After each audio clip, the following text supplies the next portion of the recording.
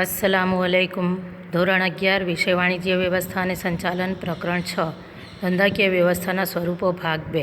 વિદ્યાર્થીની મિત્રો, આ પ્રકરણની અંદર આપણે સહકારી મંડળી વિશે અભ્યાસ કર્યો તેમજ કંપની વિશે એટલે કે સંયુક્ત હિસ્સાવાળી કંપની, જેને જોઈન્ટ સ્ટોક કંપની પણ કહેવામાં આવે છે, તેના વિશે અભ્યાસ કરી રહ્યા છીએ।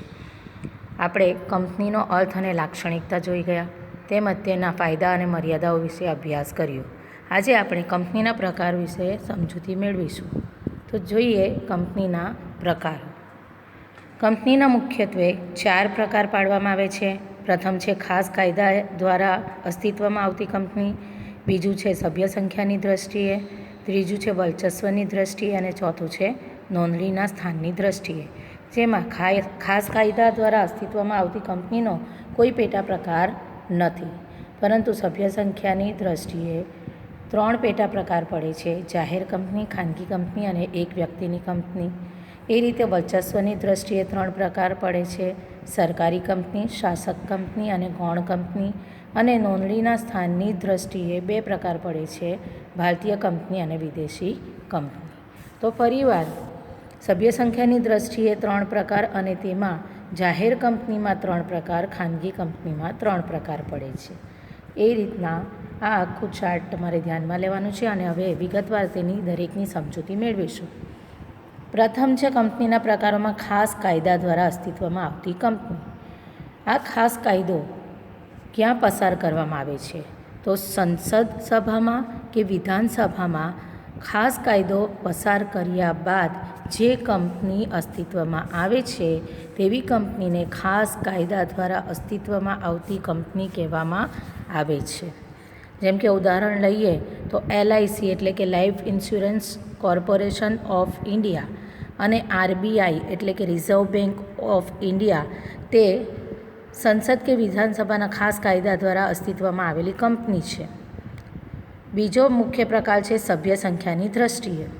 સભ્ય સંખ્યાની દ્રષ્ટિએ તેના 3 પેટા પ્રકાર પડે છે। પ્રથમ છે જાહેર કંપની, બીજું છે ખાનગી કંપની અને ત્રીજું છે એક વ્યક્તિની કંપની। તો જાહેર કંપનીમાં અને ખાનગી કંપનીમાં ફરીવાર 3 પેટા પ્રકાર પડે છે। બંનેની સમજૂતી એક સરખી જ છે। પ્રથમ જોઈએ જાહેર કંપનીમાં। જાહેર કંપની કોને કહેવાય? તો જાહેર કંપની એવી કંપની છે કે જે ખાનગી નથી, એટલે કે કંપની ધારા અનુસાર જે કંપની ખાનગી કંપની નથી તે જાહેર કંપની છે, આ તેની વ્યાખ્યા થઈ। ફરીવાર કંપની ધારા અનુસાર જે કંપની ખાનગી કંપની નથી તે જાહેર કંપની છે। જાહેર કંપની હોય તો તેનામાં ઓછામાં ઓછા 7 સભ્યો હોવા જરૂરી છે। 7 સભ્યથી ઓછા સભ્યો હોય તો જાહેર કંપની શરૂ કરી શકાય નહીં। અને વધુમાં વધુ સભ્ય સંખ્યા ઉપર કોઈ નિયંત્રણ નથી, કોઈ મર્યાદા નથી, એટલે ગમે તેટલા સભ્યો હોઈ શકે, પણ ઓછામાં ઓછા તો 7 સભ્યો હોવા જરૂરી જ છે। આ કંપનીમાં તમે જાણો છો કે કંપની હોય તો તેની અંદર મૂડી ભંડોળ શેર દ્વારા ભેગું કરવામાં આવે છે। તો આ કંપની તેના શેર અને ડિબેન્ચર ખરીદવા માટે જાહેર જનતાને આમંત્રણ આપે છે અને જાહેર જનતા તે શેર કે ડિબેન્ચર ખરીદીને કંપનીને મૂડી ભંડોળ પૂરું પાડે છે।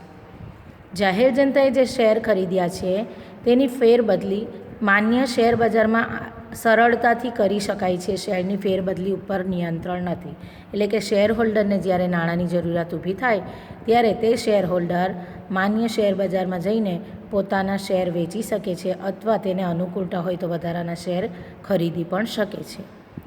જાહેર કંપનીના સભ્યોની જવાબદારીની દ્રષ્ટિએ જોઈએ તો 3 મુખ્ય પ્રકાર પડે છે। જાહેર કંપનીમાં 3 પેટા પ્રકાર। પ્રથમ છે શેર મૂડીથી મર્યાદિત જવાબદારીવાળી કંપની। શેર મૂડીથી મર્યાદિત જવાબદારીવાળી કંપની એટલે તેમણે જે શેર ખરીદ્યા છે તે શેરની દાર્શનિક કિંમત પૂરતી તેમની જવાબદારી હોય છે।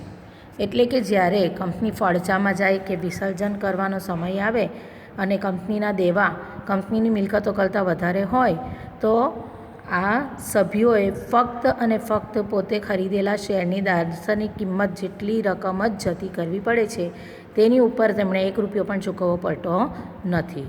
આવી કંપનીએ તેમના નામના છેડે લિમિટેડ શબ્દ લખવો પડે છે।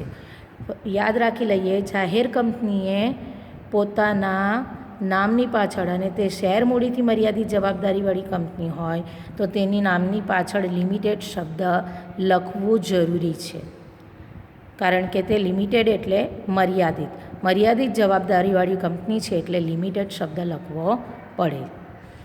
બીજો પેટા પ્રકાર છે જાહેર કંપનીમાં બાહેંધરીથી મર્યાદિત જવાબદારીવાળી કંપની. આવી કંપનીઓમાં સભ્યોની જવાબદારી કેટલી હોય છે? તો સભ્યોએ જો બાહેંધરી આપેલી હોય તો એમણે જેટલી રકમની બાહેંધરી આપી છે તેટલી રકમ પૂરતી મર્યાદિત હોય છે. એટલે કે કંપની જો ફડજામાં જાય કે વિસર્જન કરવાનો સમય આવે અને કંપનીનું દેવું વધારે છે, મિલકતો ઓછી છે, તો જે સભ્યો છે, શેર હોલ્ડર છે, તેમણે જો બાહેંધરી આપી હોય કે આટલી રકમ અમે વિસર્જન વખતે અથવા ફડજામાં કંપની જાય તો ચૂકવીશું, તો એટલી રકમ એમણે ચૂકવવી પડે. એટલે એમણે નક્કી કરેલું હોય તે પ્રમાણે રકમ ચૂકવવી પડે, પરંતુ તેમણે એનાથી ઉપરાંત કોઈ રકમ ચૂકવવાની રહેતી નથી. એટલે એમના શેરની રકમ તો જાય છે, પરંતુ એની ઉપર જો કબૂલેલી હોય તો તેટલી રકમ જ ચૂકવવી પડે. એનાથી વધારે રકમ તેમણે ચૂકવવાની રહેતી નથી. કંપનીના વિસર્જનના સંજોગોમાં જ સભ્યોએ આપેલ બાહેંધરીની રકમ ચૂકવવી પડે છે. એ સિવાયના સંજોગોમાં તેમણે કોઈ રકમ વધારાની ચૂકવવાની રહેતી નથી. જાહેર કંપનીનો ત્રીજો પેટા પ્રકાર છે અમર્યાદિત જવાબદારીવાળી કંપની. અમર્યાદિત જવાબદારી તમે હવે સમજી જ ચૂક્યા હશો. અમર્યાદિત જવાબદારી એટલે મિલકતો કરતાં દેવા વધી જાય તો તેના સભ્યોએ પોતાની અંગત મિલકતો વેચીને પણ તે દેવા ચૂકવવા પડે, તો તેને કહેવાય અમર્યાદિત જવાબદારી. તો અમર્યાદિત જવાબદારીવાળી કંપની પણ હોય તો તેની અંદર પણ કંપનીના સભ્યોની જવાબદારી અમર્યાદિત હોય. એટલે કે કંપનીની મિલકતો કરતાં દેવા વધી જાય તો સભ્યોએ પોતાની અંગત રીતે જવાબદારી નિભાવવી પડે છે. પોતાની અંગત મિલકતો વેચીને પણ તે દેવા ચૂકવવા પડે છે. કંપનીના વિસર્જનના સંજોગોમાં સભ્યોએ તેમની અંગત મિલકતોમાંથી હિસ્સો આપવો પડે છે અને તેમણે બધાએ મળીને તે કંપનીના દેવા ચૂકવવા પડે છે. બીજો પ્રકાર છે કંપનીના પ્રકારોમાં સભ્યની દ્રષ્ટિએ બીજો પેટા પ્રકાર ખાનગી કંપની. ખાનગી કંપનીમાં પણ ફરીવાર 3 પેટા પ્રકાર પડે છે. જે રીતે આપણે જાહેર કંપનીમાં જોયું તેવું જ છે સેમ. ખાનગી કંપની કોને કહેવાય તે જોઈ લઈએ. ખાનગી કંપની એટલે એવી કંપની કે જેના સભ્યોની સંખ્યા ઓછામાં ઓછી 2 અને વધુમાં વધુ 200 સુધી મર્યાદિત હોય છે. એટલે તેમાં વધુમાં વધુ સભ્યોની સંખ્યા પણ નિશ્ચિત કરેલી છે. ઓછામાં ઓછા 2 વ્યક્તિ મળીને આવી કંપની ખોલી શકે છે અને તેના વધુમાં વધુ 200 સુધી સભ્યો હોઈ શકે છે. ખાનગી કંપનીમાં જે જાહેર કંપનીમાં છૂટછાટ છે તેવી નથી. ખાનગી કંપનીમાં શેરની ફેરબદલી ઉપર નિયંત્રણ હોય છે, એટલે આસાનીથી કોઈ પણ શેર લે વેચ કરી શકતું નથી. બીજું કે જાહેર કંપનીમાં જેમ શેર કે ડિબેન્ચર ખરીદવાનું આમંત્રણ જાહેર જનતાને આપી શકાય છે, તેવું અહીં ખાનગી કંપનીમાં જાહેર જનતાને શેર કે ડિબેન્ચર ખરીદવાનું આમંત્રણ આપી શકાતું નથી. જે સભ્યો આ કંપની ખોલવા ઈચ્છે છે તેમણે પોતાનામાંથી જ મૂડી ભંડોળ એકઠું કરવું પડે છે. એટલે શેર કે ડિબેન્ચર જાહેર જનતાને વેચી શકાતા નથી અને તેમાં શેરની ફેરબદલી ઉપર પણ નિયંત્રણ હોય છે, એટલે આસાનીથી શેરની ફેરબદલી કરી શકાતી નથી. ખાનગી કંપનીના સભ્યોની જવાબદારીની દ્રષ્ટિએ 3 પેટા પ્રકાર. મર્યાદિત જવાબદારીવાળી કંપની એટલે કે સભ્યોએ કેટલી જવાબદારી નિભાવવાની છે? તેમણે ખરીદેલા શેરની દાર્શનિક કિંમત પૂરતી મર્યાદિત જવાબદારી હોય છે. મર્યાદિત જવાબદારીવાળી ખાનગી કંપનીએ તેના નામના છેડે પ્રાઇવેટ લિમિટેડ એટલે મર્યાદિત અને પ્રાઇવેટ એટલે ખાનગી. તો ખાનગી મર્યાદિત જવાબદારીવાળી કંપની હોવાથી તેણે પ્રાઇવેટ લિમિટેડ શબ્દ તેમના નામની પાછળ લગાડવું પડે છે. એટલે કંપનીના નામની પાછળ પ્રાઇવેટ લિમિટેડ શબ્દ આવે તો તમને ખ્યાલ આવવો જોઈએ કે આ ખાનગી કંપની છે અને બીજું કે તે મર્યાદિત જવાબદારીવાળી કંપની છે. બીજો પેટા પ્રકાર છે બાહેંધરીથી મર્યાદિત જવાબદારીવાળી કંપની. એટલે કે કંપનીના સભ્યોએ જવાબદારી માટે જેટલી રકમની બાહેંધરી આપેલી હોય તેટલી રકમ તેમણે વિસર્જનના સંજોગોમાં સભ્યોએ એ રકમ ચૂકવવી પડે છે અને આ કંપનીના નામની પાછળ પ્રાઇવેટ શબ્દ લખવો પડે છે. અહીંયા જાહેર કંપનીમાં એવો કોઈ શબ્દ લખવાની જરૂર રહેતી નથી બાહેંધરીથી મર્યાદિત જવાબદારીવાળી કંપની હોય તો, પરંતુ બાહેંધરીથી મર્યાદિત જવાબદારીવાળી કંપની હોય અને ખાનગી કંપની હોય તો તેણે ખાનગી છે તે દર્શાવવા માટે પ્રાઇવેટ શબ્દ લખવો પડે છે. એટલે તમારે ખાસ ધ્યાન રાખવાનું છે કે જાહેર કંપની જો બાહેંધરીથી મર્યાદિત હોય તો કોઈ શબ્દ પાછળ નામના પાછળ લખાતો નથી, પરંતુ ખાનગી કંપની હોય અને બાહેંધરીથી મર્યાદિત હોય તો ફક્ત પ્રાઇવેટ શબ્દ લખવાનો છે. બીજું કે જાહેર કંપની હોય અને શેર મૂડીથી મર્યાદિત હોય તો એણે ફક્ત લિમિટેડ શબ્દ લખવાનું છે, પરંતુ ખાનગી કંપની હોય અને મર્યાદિત જવાબદારીવાળી હોય તો પ્રાઇવેટ લિમિટેડ શબ્દ લખવાનો રહેશે. એટલે આ એની અંદર તફાવતના મુદ્દામાં આવી શકે. ત્રીજું છે અમર્યાદિત જવાબદારીવાળી કંપની.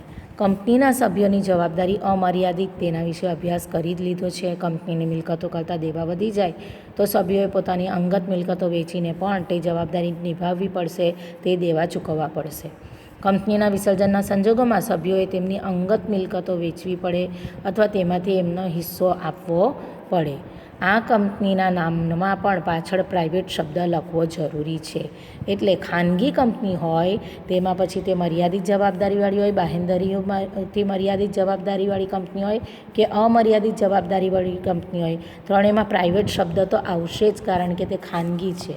પરંતુ મર્યાદિત જવાબદારીવાળી હોય તો પ્રાઇવેટ લિમિટેડ, અને બાહેંધરીથી મર્યાદિત જવાબદારીવાળી કે અમર્યાદિત જવાબદારીવાળી હોય તો તેમાં પાછળ ફક્ત પ્રાઇવેટ શબ્દ તો લખવું જ પડે.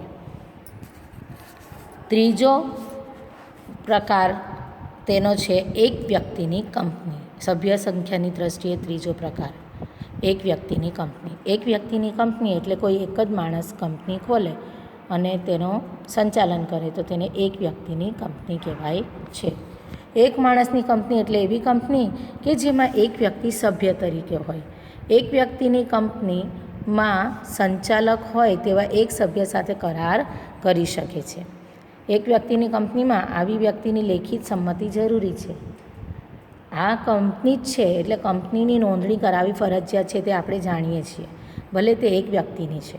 એટલે એક વ્યક્તિની કંપનીની પણ નોંધણી કરાવવી પડે છે, અને નોંધણી વખતે આવેદનપત્ર અને નિયમનપત્ર બનાવીને કંપની રજિસ્ટ્રાર સમક્ષ રજૂ કરવું પડે છે, અને તેની જે ફી ભરવાની હોય છે તે ફી ભરીને અહીં નોંધણી કરાવવી પડે છે. પહેલાં જ્યારે 1956નો કંપની ધારા ચાલતો હતો ત્યારે એક વ્યક્તિની કંપનીની રચનાની જોગવાઈ 1956ના કંપની ધારામાં ન હતી, પરંતુ 2013માં કંપની ધારામાં સુધારા થયા અને 2013ના કંપની ધારા અનુસાર ખાનગી કંપની એક વ્યક્તિની કંપની હોઈ શકે, એટલે કે એક જ વ્યક્તિ તેમાં સભ્ય હોઈ શકે. તો આ 2013ના નવા કંપની ધારામાં તેને પરવાનગી આપવામાં આવી છે. હવે બે મુખ્ય પ્રકાર આપણે જોઈ ગયા, ખાસ કાયદા દ્વારા અસ્તિત્વમાં આવતી કંપની, અને બીજું જોયું સભ્ય સંખ્યાની દ્રષ્ટિએ કંપનીના પ્રકારો. ત્રીજો મુખ્ય પ્રકાર છે વર્ચસ્વની દ્રષ્ટિએ. વર્ચસ્વની દ્રષ્ટિએ કંપનીના 3 પેટા પ્રકાર પડે છે. એક છે સરકારી કંપની, બીજું છે શાસક કંપની અને ત્રીજું છે ગૌણ કંપની. તો જોઈએ સરકારી કંપની. સરકારી કંપની એવી કંપની છે કે જેમાં મૂડીરોકાણ ઓછામાં ઓછું 51% સુધી સરકાર દ્વારા કરવામાં આવ્યું હોય.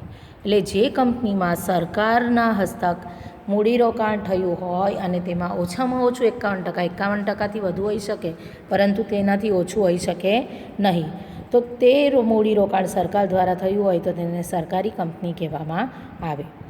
આ 51% મૂડીરોકાણ કેન્દ્ર સરકાર એકલી કરી શકે, અથવા કોઈ એક રાજ્ય સરકાર કરી શકે, કે એકથી વધુ રાજ્ય સરકાર દ્વારા કરવામાં આવે, અથવા તો કેન્દ્ર સરકાર અને એક કે એકથી વધુ રાજ્ય સરકારો સાથે મળીને આ મૂડીરોકાણ કરવામાં આવે તો તેવી સરકારી કંપની કહેવાય છે. એટલે અહીંયા ધ્યાન રાખવાનું છે, મૂડીરોકાણ સરકાર દ્વારા 51%થી વધુ મૂડીરોકાણ કર્યું હોય અને તે કોઈપણ સરકાર દ્વારા કર્યું હોય, એકલું કેન્દ્ર સરકાર, એકલું રાજ્ય સરકાર, એકથી વધુ રાજ્ય સરકાર, અથવા કેન્દ્ર સરકાર અને એની સાથે એક રાજ્ય સરકાર અથવા એકથી વધુ રાજ્ય સરકાર દ્વારા મૂડીરોકાણ થયેલું હોય છે. ઉદાહરણમાં લઈએ તો મહાનગર ટેલિફોન નિગમ લિમિટેડ, જેને MTNL કહેવાય છે. બીજું છે ભારત હેવી ઇલેક્ટ્રિકલ્સ લિમિટેડ, જેને ભેલ કહેવાય છે. અને ત્રીજું છે અશોક હોટલ્સ લિમિટેડ. આ 3 ઉદાહરણમાં તમને નામ આપેલા છે. ભેલ અને MTNLનું ફૂલ ફોર્મ તમને પરીક્ષામાં પૂછાઈ શકે છે. બીજો પેટા પ્રકાર છે વર્ચસ્વની દ્રષ્ટિએ શાસક કંપની. શાસક કંપની એટલે કોઈ એવી કંપની કે જેણે બીજી કંપનીના 50% કરતાં વધુ શેર ખરીદ્યા હોય. એક કંપનીએ બીજી કંપનીના 50% કરતાં વધુ શેર ધરાવતી હોય અને બીજું કે એની સાથે સાથે એ કંપની જેણે 50%થી વધુ શેર ખરીદ્યા છે તેવી કંપનીના બહુમતી સંચાલકોની નિમણૂકનો અધિકાર ધરાવતી હોય તો તેવી કંપનીને શાસક કંપની કહેવાય. એટલે 50%થી વધારે શેર છે, આપણને ખબર જ છે કે કંપની સ્વરૂપ હોય તો તેમાં મત શેર દીઠ આપવાના હોય છે. અહીંયા 50%થી વધુ શેર છે એક કંપની પાસે તો સ્વાભાવિક છે કે બહુમતી એ શાસક કંપનીની જ હશે. એટલે શાસક કંપની સંચાલકોની નિમણૂકનો અધિકાર ધરાવે છે તો તેને શાસક કંપની કહેવાય. હવે ગૌણ કંપની કોને કહેવાય? તો જે કંપનીના 50% શેર કોઈ બીજી કંપનીએ ધારણ કરેલા હોય તો જે કંપનીના 50% શેર 50%થી વધુ શેર શાસક કંપનીએ ધારણ કર્યા હોય તો તે એની પેટા કંપનીને ગૌણ કંપની કહેવામાં આવે છે. એટલે એમાં શું થશે, આપણે શાસક કંપની જોયું તો શાસક કંપનીએ જે બીજી કંપનીના શેર લીધા છે તે બીજી કંપની એટલે ગૌણ કંપની. જે કંપનીના 50%થી વધુ શેર શાસક કંપની ધરાવતી હોય અને જે કંપનીમાં બહુમતી સંચાલકોની નિમણૂક કરવાનો અધિકાર શાસક કંપનીનો હોય તે કંપનીને ગૌણ કંપની કહેવામાં આવે છે. એટલે અહીંયા બે ભાગ પડી જશે. એક જ કંપની છે તેમાં બે ભાગ પડી જાય. 50%થી વધુ શેર શાસક કંપનીના હશે અને 50%થી ઓછા શેર ગૌણ કંપનીના હશે. તો સંચાલકોની નિમણૂકનો અધિકાર શાસક કંપનીને હશે, ગૌણ કંપનીને તે અધિકાર હશે નહીં. ચોથો પ્રકાર જોઈએ કંપનીનો તો નોંધણીના સ્થાનની દ્રષ્ટિએ પ્રકારો. તેમાં બે પેટા પ્રકાર છે, ભારતીય કંપની અને વિદેશી કંપની. જોઈએ ભારતીય કંપની. જે કંપનીની નોંધણી ભારતમાં થઈ હોય, ભારતીય કંપની ધારા હેઠળ થઈ હોય કે સંસદે કે વિધાનસભાએ પસાર કરેલા ખાસ કાયદા દ્વારા જે કંપનીની રચના થઈ હોય તેવી કંપનીને ભારતીય કંપની કહેવામાં આવે છે. ભારતીય કંપનીમાં જાહેર કંપની, ખાનગી કંપની કે સરકારી કંપની એવા પેટા પ્રકાર હોઈ શકે છે. એટલે જે આપણે સભ્ય સંખ્યાની દ્રષ્ટિએ પેટા પ્રકાર જોયા તે પણ હોઈ શકે અને તેના પેટા પ્રકાર પણ ભારતીય કંપનીમાં ફરીવાર હોઈ શકે. બીજું છે વિદેશી કંપની. જે કંપનીની નોંધણી ભારત બહાર થઈ હોય તો તેને વિદેશી કંપની કહેવાય. અને બીજું કે તેની રજિસ્ટર્ડ ઓફિસ પણ ભારતમાં ન હોય, બીજા કોઈ દેશમાં હોય તો તેને વિદેશી કંપની કહેવાય, પરંતુ તેનું ધંધાનું સ્થળ ભારતમાં હોઈ શકે છે. એટલે જે કંપનીની નોંધણી ભારત બહાર થઈ હોય, જેની રજિસ્ટર્ડ ઓફિસ ભારતની બહાર હોય પરંતુ તેનું ધંધાનું સ્થળ ભારતમાં હોય તો તેને વિદેશી કંપની કહી શકાય. તો આ થયા કંપનીના મુખ્ય પ્રકારો અને તેના પેટા પ્રકારો. મુખ્ય 4 પ્રકાર છે. ખાસ કાયદા દ્વારા અસ્તિત્વમાં આવતી કંપની, સભ્ય સંખ્યાની દ્રષ્ટિએ કંપનીના પ્રકારો, વર્ચસ્વની દ્રષ્ટિએ કંપનીના પ્રકારો અને નોંધણીના સ્થાનની દ્રષ્ટિએ નોંધણીના પ્રકારો. ભારતમાં નોંધણી થઈ હોય તો ભારતીય કંપની, વિદેશમાં નોંધણી થઈ હોય તો વિદેશી કંપની. આવતા સેશનમાં ફરીવાર મળીશું. ત્યાં સુધી ઘરે રહો, સુરક્ષિત રહો. અલ્લાહ હાફિઝ.